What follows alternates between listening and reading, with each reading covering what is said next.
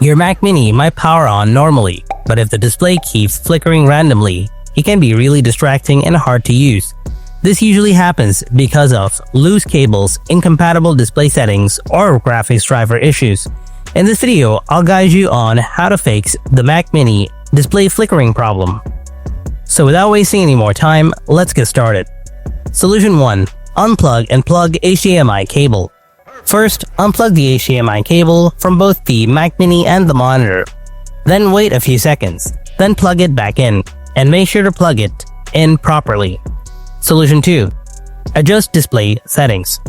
Click on the Apple logo in the top right corner, then click on the System Settings, and after that, click on Displays from the right sidebar. Now make sure to select the refresh rate to lower, like from 120Hz or 144Hz down to 75Hz. And also make sure the resolution is set to default. If you have the High Dynamic Range HDR option, then disable it if it's enabled. Solution 3. Check Software Update. Open up the Settings app, then tap on General. Next, tap Software Update.